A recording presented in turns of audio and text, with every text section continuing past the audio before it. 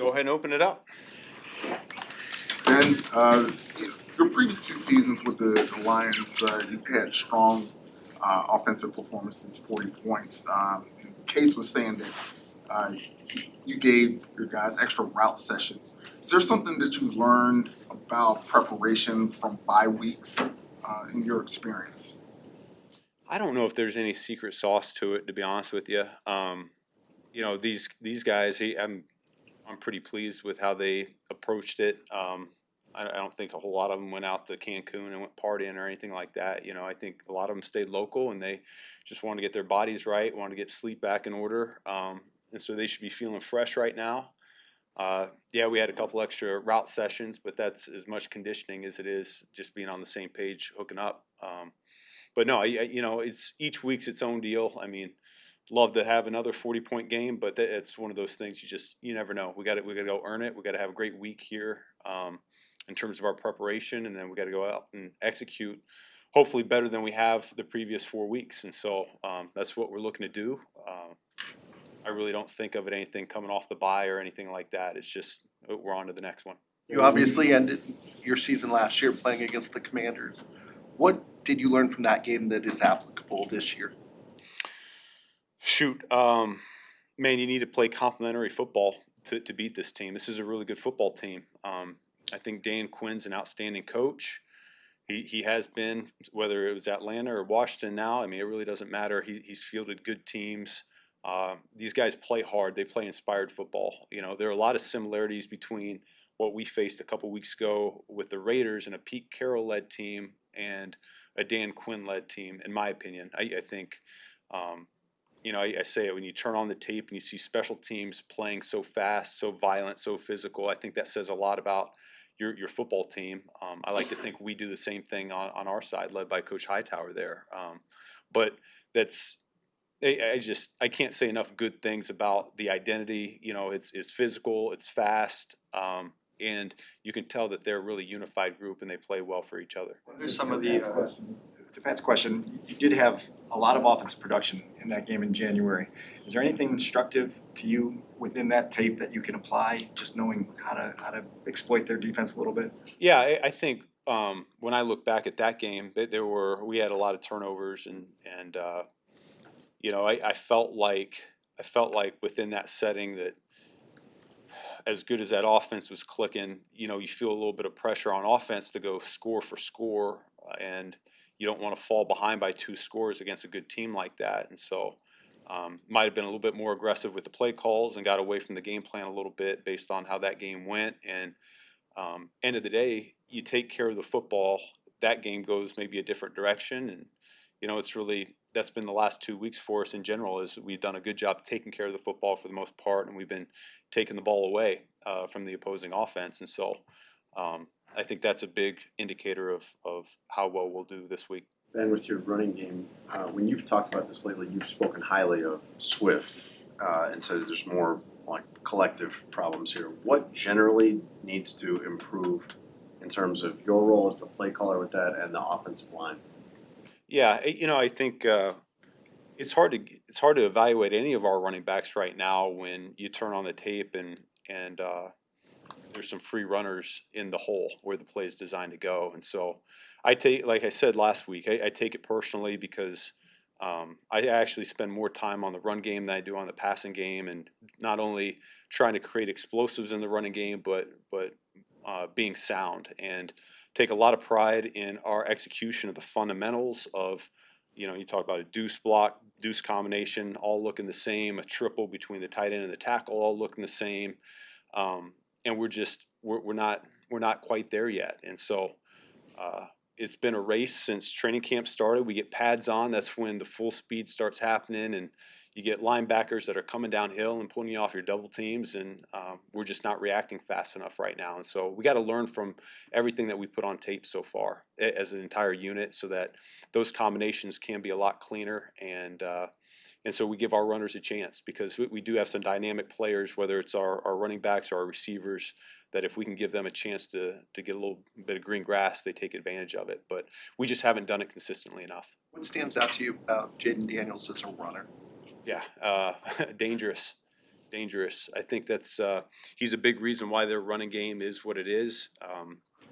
He strikes a lot of fear into opposing coaches because you look at him and you know you got to account for him, not just as an accurate passer, not just as a scrambler, but the quarterback-driven run game that they do a lot of. And so fast, slippery. Um, it's going to take all 11 guys playing disciplined football to make sure we contain their attack.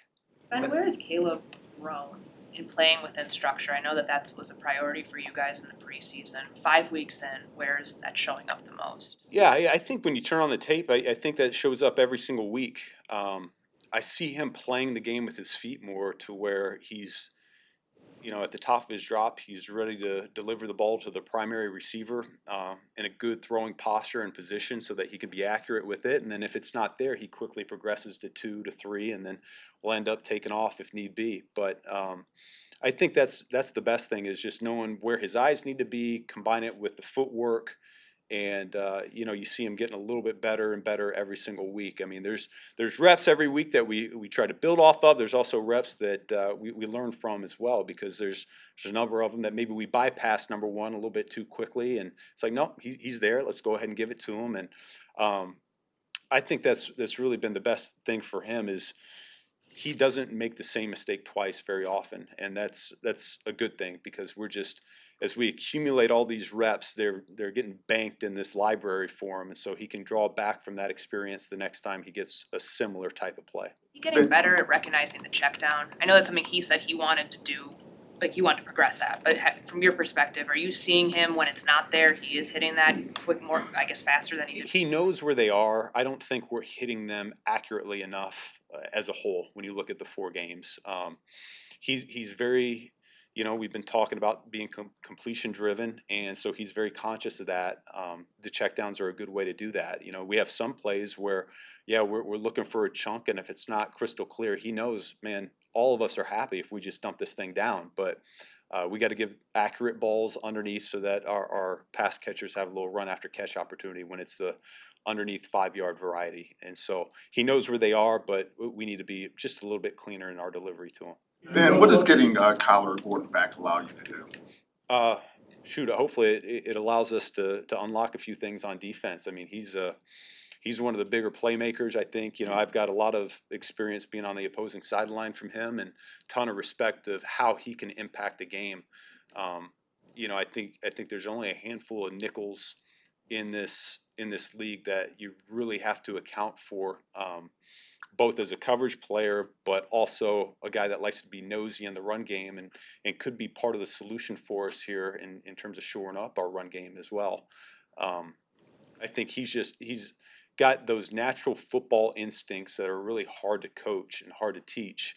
And when you have enough players like that, that's where you really take off in a hurry. Any level of concern about Cairo's availability for Monday? Yeah, we'll see as we go through the week how he's feeling and how he's looking. We've had a lot of conversations with him, and so it'll be one of those things we take it day by day. And Ben, when you were in Detroit, you guys were solid at quarterback with Goff, but did you just as like a procedure or anything evaluate the quarterbacks in the draft? Yeah, that's usually pretty standard procedure. Yeah. What did you have on these 2 guys at the time? You're talking about Caleb and Jayden? Yeah. I thought it was a really strong class coming out. It's probably one of the stronger in recent history. Caleb obviously felt highly about him. That part of the reason why I wanted to come here. And I haven't been disappointed with him whatsoever. He continues to get better, elite arm strength, the ability to extend plays. I don't think a whole lot differently for Jayden. Jayden's extremely accurate thrower of the football, something that I think gets overlooked when you look at him because he is so dynamic with his legs and he hurts teams so much on the ground as well. So I think there are probably a lot of similarities. I think these are 2 ascending quarterbacks in this league, and I think we're going to be talking about them for a long time in the future. When you were looking at that class, what did you like about kind of what the 6 guys who went that first round? Was it a different flavors thing, or was it just overall just strength? Yeah, I think the college game's so unique that each one's a little bit different with what they put on tape. But I thought they were just you just start with the throwing of the football. I thought all those guys were elite at throwing the football accurately, and that's always a good starting point because I kind of go back to Bruce Arians back a few years ago talking about quarterbacks still they need to still be able to execute on third down and in 2 minute. I think that's you get all these athletes nowadays coming on out, and if you can't really picture them excelling in those two situations, I think you kind of hamstring your football team. And so, in regards to that draft class, I thought all those guys were capable of winning games for you with their arm on third down in 2 minutes. It's hardly a masterpiece, and I know you kind of echoed that sentiment last week, but in what ways can a win in a game like that be beneficial to the building process for a team? Yeah, I mean, it's something that we've talked about a lot of is just the belief in each other, the belief that when the game's close in the fourth quarter that we'll find a way to come out on top. This league is full of one-score games. It's the way it's designed. There's a lot of parity. It's 5 weeks in and we have no undefeated teams. Any given Sunday, that's a true mantra. And I think it's just the belief that if it's close here in the fourth quarter, we have a number of really good playmakers on this team that we can find a way. That's one. And the other one is there's a million ways you can win games in this league. Even watching some of the games on Sunday, there's a lot of bad football still being played early in the season here. And, you look at we needed special teams to come out on top last week. We needed defense to come through with all those turnovers, or else we don't come out on top last week. We needed offense, despite how rocky it was in the first half, to find a little bit of a groove there in the second half and score 16 points on 4 possessions. And so I think it's just each week's different, but you're never out of it. Not in this league, and I think you can score points in a hurry, which is always exciting. Thank you.